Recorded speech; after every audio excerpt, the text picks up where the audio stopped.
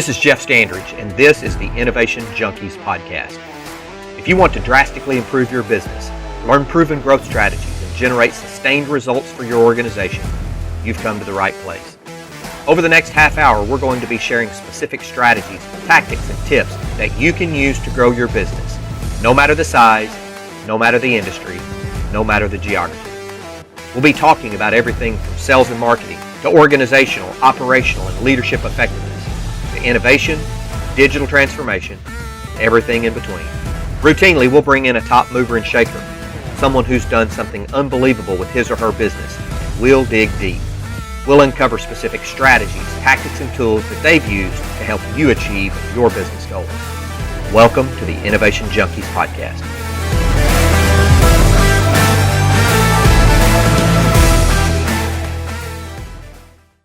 Hey guys, if you're looking to put your business on the fast track to achieving sustained strategic growth, this episode is sponsored by the team at Innovation Junkie. To learn more about our strategic growth diagnostic, go to innovationjunkie.com/diagnostic. Now let's get on with the show. Hey guys, Jeff Standridge here. Hey, it's Jeff Ammerine. Welcome to another episode of the Innovation Junkies podcast. Today, we are lucky enough to have a New York Times award-winning innovation author and president of the BIT Group, Louis Patler, here with us. He is a strategic business consultant, does trend analysis, and it's a training company. 2 of his innovation books were recommended by Steve Jobs as part of his reading list. He serves on the advisory board of the Council on Global Innovation and Entrepreneurship for the Henry Ford Museum of American Innovation. He's traveled around the globe to over 100 countries. And a fun fact is he's actually a very serious amateur baseball player that has world championship rings and was inducted into the Bay Area MSBL Baseball Hall of Fame. That's pretty cool. That last fact in particular may trump everything else. Louis, how are you doing? Yeah, I'm good. I mean, we could just hang up now if you want after all that. Yeah, I was telling Jeff Ammerine, I played in the diaper league when I was, little, but so far they haven't seen fit to induct me into the Hall of Fame, the diaper league Hall of Fame, that is. Well, maybe they'll put you in the Pampers Hall of Fame. Yeah, definitely. So, man, it is so great to have you with us, Louis. Yeah, thank you for the invitation. Well, go ahead, Jeff. We're still working out some of the kinks here on who's on first. To use the baseball analogy, who's on first and who's on second, right? Lead us off, Dr. Standridge. Well, Louis, the Innovation Junkies podcast, we're here to share with our listeners, let them peek into the minds of innovators, of movers and shakers in the world of innovation, strategic growth, and we like to talk with folks like yourself and hope that you will indulge us today as we get the opportunity to pick your brain for our listeners. So thank you for your willingness. Yeah, my pleasure. You've been at this game quite a while, Louis, in terms of writing about it, studying it, talking about it, and I've read your most recent book, which used the big wave surfing analogies to kind of paint the picture of how entrepreneurs and innovators can approach the whole process. Give us a little bit of the origin story. I mean, back it up. How did you get into all this, and then kind of move forward in time? You obviously published a lot of books and done a lot of great work. Yeah, thanks. It's interesting timing, Jeff, that you reached out to me now, because this past within the last 30 days is the 30th anniversary of the founding of my company, the BIT Group. So that's a big milestone. Congrats! It's a big milestone, and so therefore I've been sort of reflective in ways that I haven't been about, like what has allowed the sustainability to be this long, and what have been the ups and downs, and so on and so forth. So your invitation to do this was perfectly timed. Let me put it that way. So I mean, I'm never sure where to start with a conversation like this, but let me throw one thing out to you, which goes back to 30 30 years ago when I was thinking about going out on my own in my first entrepreneurial endeavor after having been a university professor for a few years. Uh, I had been doing some research working with the John Nesbitt uh, megatrends people on data and so on. And then when my first book came out, If It Ain't Broke, Break It, lo and behold, it went off onto the New York Times bestseller list and was on all these top 50 books of the business books of the year, and kind of caught me by surprise. And always having believed in mentors, I asked some dear older friends, what did I do? I mean, and they said, well, first, leave academia. um, Secondly, fine tune your ideas apropos to having a book that's out there and doing well. And then they said there's kind of three directions you can go when you have a best-selling book that's your platform or your diving board, so to speak. And one is you can obviously go on the speaker circuit. Secondly, you can create training programs and seminars and the like. And thirdly, you can go in consulting, and all three of those are related to each other.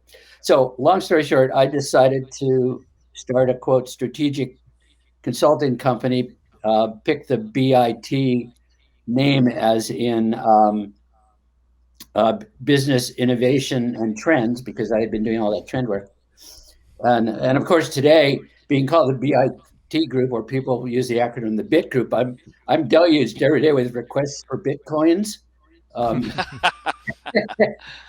And advice on to invest or not invest. So I have to say, well, sorry, it's not exactly what we do. But I'll share one story with you about sort of the inherent innovator that's in me. When I was just starting out and roughing out on paper what was to become the BIT group, I thought, well, heck, everybody and their brother and sister has a mission statement or a vision statement or the like and stuff. So I'm thinking about this while I'm eating lunch at a Chinese restaurant. And I get to the end of the lunch, and for me, I don't know about you, but my favorite thing almost at a Chinese restaurant is getting to the fortune cookie at the end. Absolutely. Mm-hmm. Yeah. So, and I want to see what's going to become of me in my life. And so I don't even remember what the fortune cookie said, except that it was very pithy, and it was just like 10 or 12 words. So I challenged myself. This is the first innovative act, I think, of the BIT group, to write a mission vision statement of 10 words or less. And to this day, it is the same vision mission statement, which is passive income from hard work that makes a difference. 9 words. So the second two phrases, I suspect most everybody would understand. Hard work that makes a difference. It speaks to my sense of values, my sort of social entrepreneurial bent. Most people would not understand what I mean by passive income. And passive income to me is derivative incomes that come from the work you do with others, not for others, but with others. And so it's the collaborating on developing a training program, or the residuals you get from a book, or getting asked back over and over again by a client because of the good work you did. That's the passive part of it, but it also forces you to really listen to the client and not get to the point where you basically say to the prospective clients, here's what I do, here's what we do, take it or leave it. We'll be good for you. We'll save you lots of money. We'll get the right people in place. And so the challenge has always been to stick to my original values. And so that's how I started with those 3 phrases: passive income from hard work that makes a difference. And as you can imagine, in the course of that led me to being involved with other people, with kindred souls. And I've been blessed, and I know one of the 2 Jeffs, but but Jeff Amrine and I have known each other for a while, and he's one of those kindred souls. We have a lot of shared values and understandings of how the world works, and I enjoy working with people um, that that that basically serve a very important function for all entrepreneurs and innovators that I know of, and that is the notion of time management. To me, pardon the pun, is passe. Mhm. I believe in energy management. If my batteries are constantly recharged, I'm sharper, I'm better listener, I'm more intuitive, I'm more analytical if need be. I have a PhD in sociology, but I hardly ever use it per se. And so I have surrounded myself and brought people into the BIT group with whom I share so much that it always charges my batteries when I'm with them.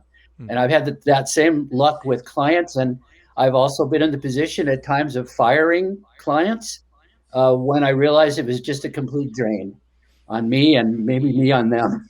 So that's probably too long of an answer to your first question, but just to give you a little insight. No, I think Into, that cultural alignment piece there, whether it's with customers or with colleagues, that's huge. I think they attribute it to Peter Drucker, who said, and I don't think he actually said this, but they attribute it to him, that culture eats strategy for breakfast.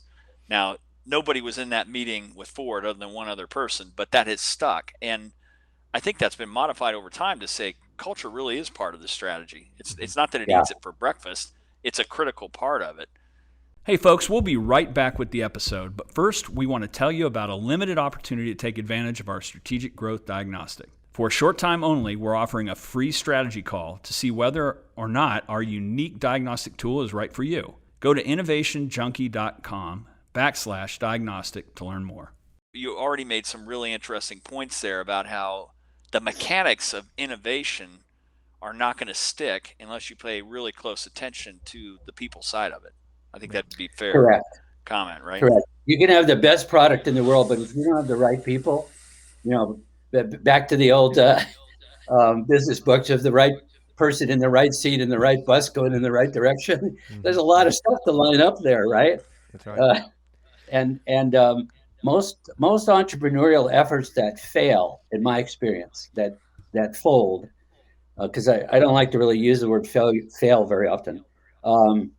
They do so because they haven't done their homework, they haven't stuck to their guns, they haven't really pushed themselves far enough, and they haven't gotten the right people around them. So I do agree that there's talent, there's strategy, there's a good product. All those things have to mesh for something to be really sustainable. And one of the challenges these days with entrepreneurs is, there's a younger breed of entrepreneur whose definition of sustainability is 18 months until I can sell the company off, which is all well and good. If that's what your goal is, and that's how you enter the fray, you go after the funding, you go after the Series A, the B, the C, the X, the Y, and the Z, and you push and you sell it, and you're on to the next one. If you're more like me that wants every activity to be sustainable over time, and to build off of those other entrepreneurial efforts, then you have to be able to stay energized and get the right people around you all the time. That's one of the reasons I chose the name group, BIT group, is because it really is a group of people, and over time it's gone from a larger, more corporate type of organization, and then we've had 2 or 3 other partnerships with other companies. And the last 10 years or so, sort of as a premonition about the so-called gig economy, the BIT group is largely a number of 1099s, each of whom have perhaps their own companies, but we all enjoy working on projects with one another. So we're pretty low profile and have been able to survive this past year because we don't have a lot of extraneous costs. Very good. Well, Louis, I also consider myself a bit of a recovering academic, having spent some time in the classroom as well, and found myself back there in the last couple of years on a part-time basis. But what I'd like to do is focus in on one particular aspect, or maybe three related areas of your practice, specifically strategic planning or business growth, innovation, and organizational change management, because I see those as kind of a continuum, if you will. Talk to us a little bit about your how you go into a company and what you look for when someone says we really need some strategic planning, or we're really trying to build a growth plan, or we're trying to innovate. Talk to us about Yeah, how you approach that, and then maybe a good story or two that you've experienced. yeah, sure. Great question. Um, and I think the first thing I do when I get into an organization, or it's usually obviously one person in a company that requests coming in and meeting, is that the first thing I want to find out is what they are like as human beings, and given what I've already said. But secondly, I need to find out how serious they are about um, actual strategy and actual innovation, and to try to see what their own understandings of those terms are. For example, um, I was the senior consultant for a dozen or so years to one of the largest aerospace defense countries in the world, a $20 billion company. Um, in their case, strategy was a 3 to 5 to 10 year proposition. It made sense in that context to a long-established company, right? And so they had lots of clients in the pipeline, and the ability to get paid took a long time because it was largely government contracts around the world, and so on. If I'm on the other hand, I'm working, say, with a couple of Stanford MBAs because I'm here in the Bay Area. Um, their sense of a strategic plan may well benefit from being 6 to 9 months out, just because of the nature of their products or their service or their whatever they're working on. So the first thing I look for with regards to strategy is how serious they are about it, and what their perspective is on it. I also have found many times, and I would guess that you guys have too, that there's a lot of confusion in the world about what strategy is, Mm-hmm. and and and most often the conflict that I've seen has to do with confusing strategy with goals. Um, they're not the same thing, and so the goals, I think, are best when they come out of strategy, um, and not the other way around. In terms of the companies that I've seen that have done well, there are always a few exceptions here and there where, but largely, I think the strategy will drive the preparation of goals. I used to say, I still say, um, that I use the term um, dreams interchangeably with strategy sometimes, just to drive home a point with prospective clients. I'll say dreams are goals with wings. Hmm. Dreams are goals with wings. Um, and that's just to set the pecking order that strategy would come first.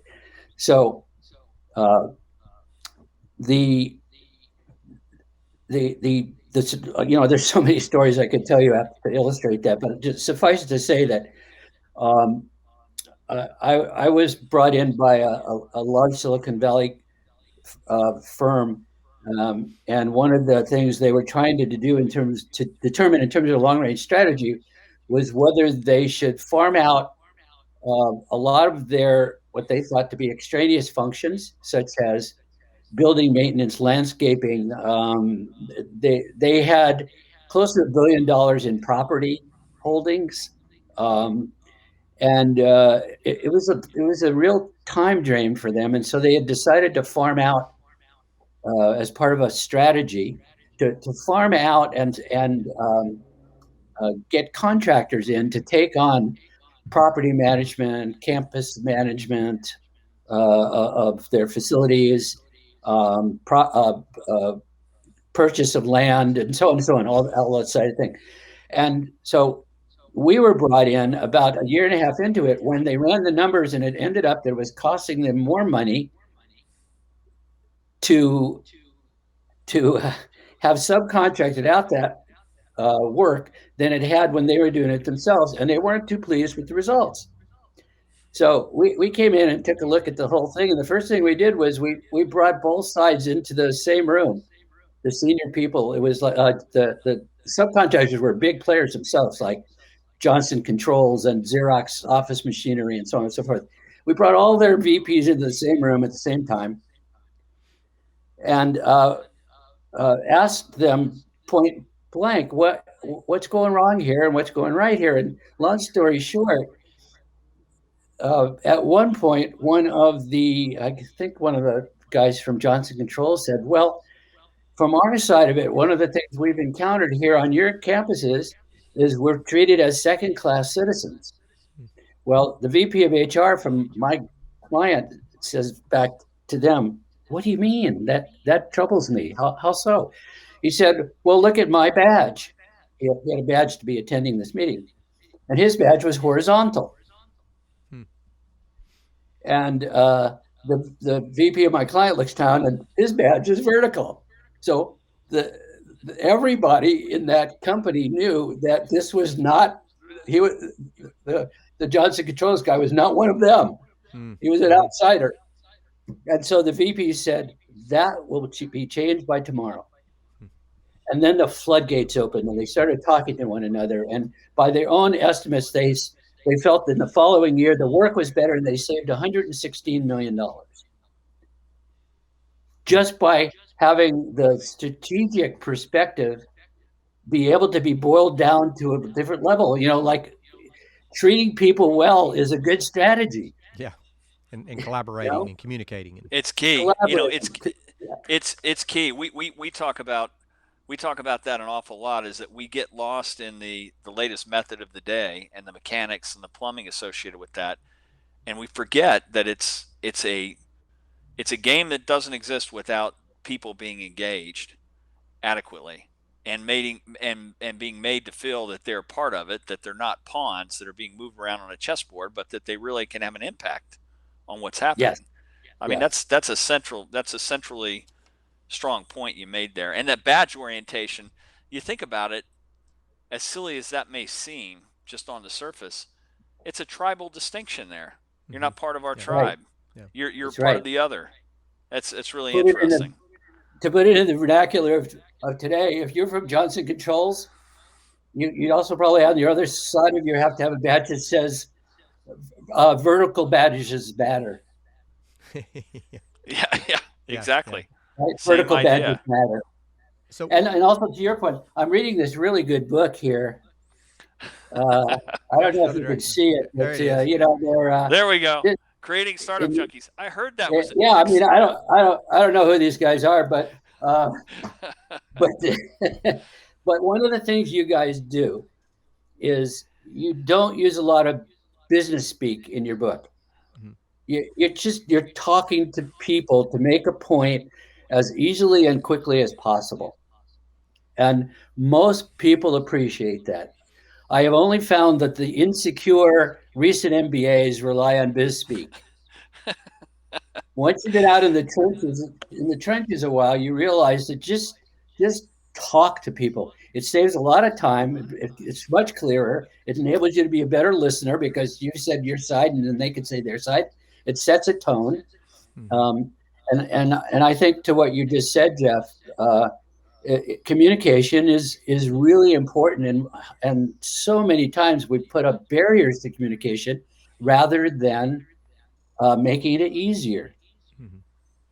Yeah, that's right. I had a senior executive that was a colleague of mine that he used to chastise us for claiming that we had a buzzword generator hidden in our office somewhere and that we would pull it out whenever we wanted to impress people. So I get you.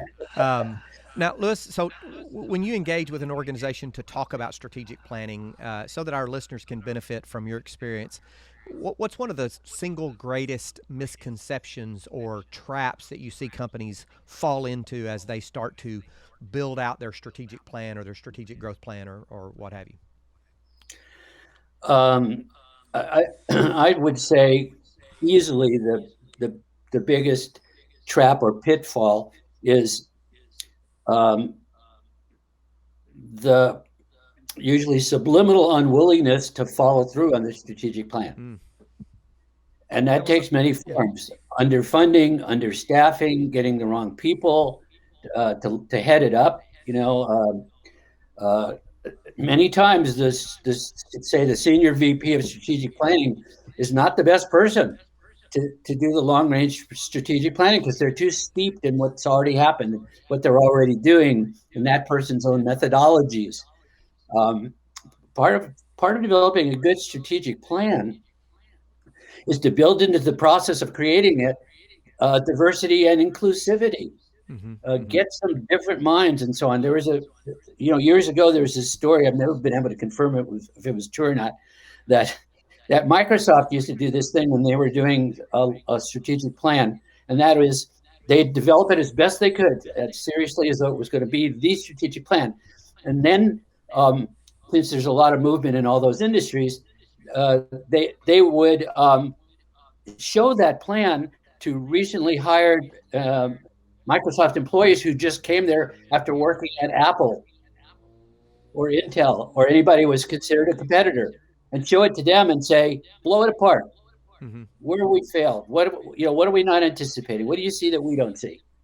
And then they get it back and take the feedback seriously and revise it. And then that would be the basis of their strategic plan going forward. McKinsey did a study fairly recently where they asked their Fortune 500 CEOs, how many of you in your core values have innovation and strategy in your core values, in your annual reports, et cetera, et cetera? 84% that they did. Then they were asked the question, how many of you have a budget to properly execute your strategic plan and staff it? 14% said they did. Wow. In their estimate. So that's the main thing that I have seen. I mean, we all know the stories of the great strategic plans that are done and printed and sit on a shelf. So they're of no worth at all, and in fact they've been a time sink and some bit of a financial sink. And so, to my mind, a strategic plan should be able to be done in 10 pages or less. Just like I use the 10 words or less for my own mission statement. The gist of a good strategic plan, 10 pages or less, and I don't mean pages that have 8-point font and a single space. And then spilling out from a strategic plan can come the other elements: a business plan, a project plan, management plan, a staffing plan, et cetera, et cetera. But the strategy part of a strategic plan, I think, can be done fairly quickly and in language that hopefully anybody can understand. Because to me, the real test of a good strategic plan is not so much if the Wall Street analyst can understand it, but could a new employee of 3 months understand it? That's great. I'll tell you.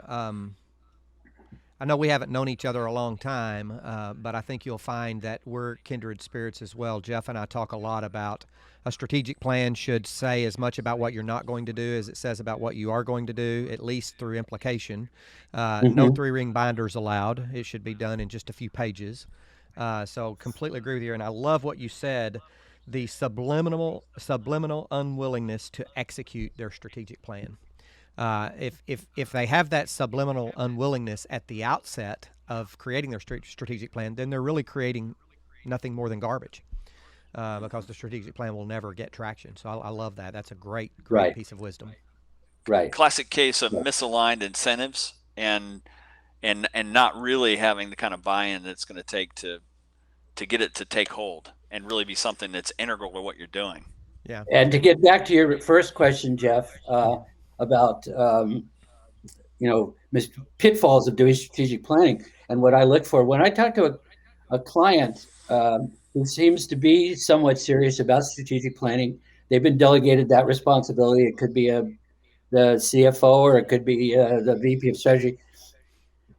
One of the questions that always comes to mind to me and often knocks them for a loop is your salary and evaluation based on the success of the strategic plan? Mm-hmm. Mm-hmm.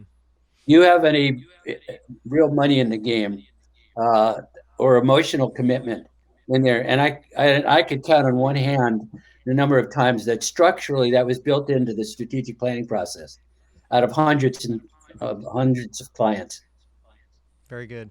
Well, as we start to wind down, I want to ask you to give us a pearl of wisdom, if you will, from your experience.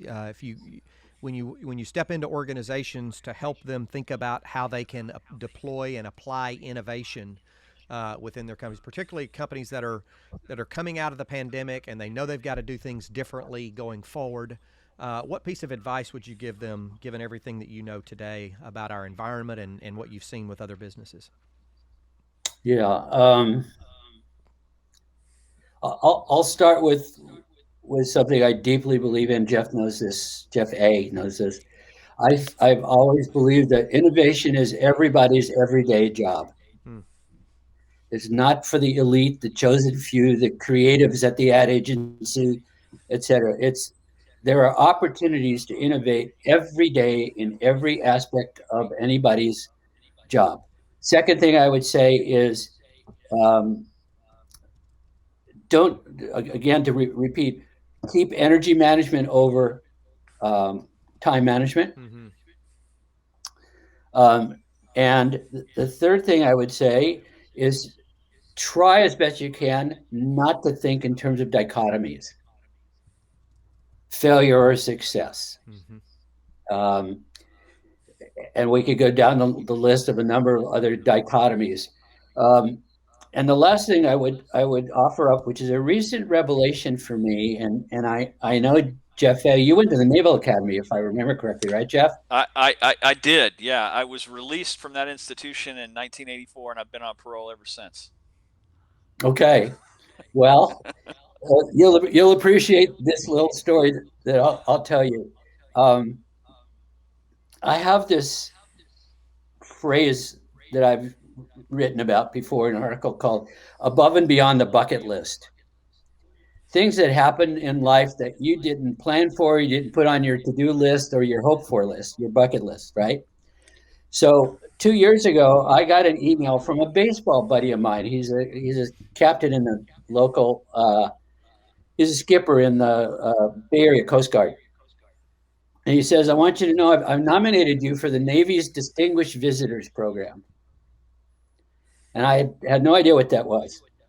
So he explained it to me that they pick 12 or 14 people from around the United States, and they want you to come and visit and then write about your experience. And the experience is you get yourself to the San Diego Naval Air Force Station, and then you hop aboard a jet, and you are flown to an aircraft carrier where you do a tailhook landing, and you spend 2 days and 3 nights. 3 days and 2 nights aboard that carrier, and then you do a catapult launch on the jet, and you fly back. So there I go off to the wild blue yonder, and I get onto the USS Nimitz, 300 miles off the coast of San Diego. I sleep in the bunks with the sailors. And the second day we're there, lo and behold, I get word from the captain that we are all invited to a burial at sea. And this is a rare occasion. And it's not a burial at sea. It's 32 sailors who passed away who requested in their wills to be buried at sea on the ship that they served. Mainly men and women who were 60 and over when they passed. It wasn't combat related necessarily. So we were all brought on, and there were 32 sailors who volunteered in dress whites, and the captain, and a couple of others, and they all get out on the hangar deck, and they set up, and one at a time, the sailors who don't know the deceased walk up, pick up a ceramic or cardboard box that has the ashes of the sailor, and in regimented style walks over to the plank, the gangway thing, and two sailors lift up the blank, and it drops into the sea. They pivot, go back in place. This is repeated 32 times. Each time the captain names the person involved. Well, the lesson I learned was this. As I'm standing there, to my left are about 750 crew members who, of their own volition, had come to watch the ceremony and to be part of it. And I look over, men and women, and as the ceremony proceeds and then taps, these grown men are crying. I see tears rolling down their face. And it struck me at that moment that the only thing more powerful than culture is tradition. That tradition, even built into entrepreneurial thinking, will inform and guide and shape culture.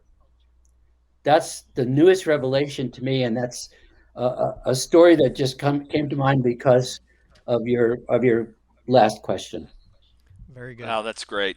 Very good. Louis, thanks for coming on. I mean, it's always a joy and a treat to have these conversations with you. And now we get to share them with hopefully a whole lot of people that are going to be watching the episode and listening to the podcast. And so where can people find out more about BIT and the books you've written? What's the best way for them to do that? Well, you can go to two websites. One is thebitgroup.com or just louispatler.com. We've linked the two. They're basically the same. Probably the easiest is louispatler.com. Will get you there, or go to LinkedIn. You'll see everything about me there. And currently in LinkedIn, I'm posting every week or so for 30 weeks to commemorate the 30th anniversary. Older or newer blogs and articles and the like. Fantastic. Super stuff. And Thank I wish you so much. guys well. Thank you for doing the book that you did in the way you did it. And I do appreciate it, and I hope it sets the tone. And my closing words to you, as I've said to Jeff A. before, don't think of Northwest Arkansas as a flyover place or a second-class citizen or anything like that ever. Whatever you guys are doing is as state-of-the-art as anywhere in the world, whether it's Germany or in Sweden or in Buenos Aires or in the Silicon Valley. What was that Tolstoy? All happy people, all happy families resemble one another. The same is true as incubators and entrepreneurial sites. Congrats to you guys. Thank you so much. Oh, thanks so Pleasure much. talking We with you. appreciate you so much. Thanks for coming on.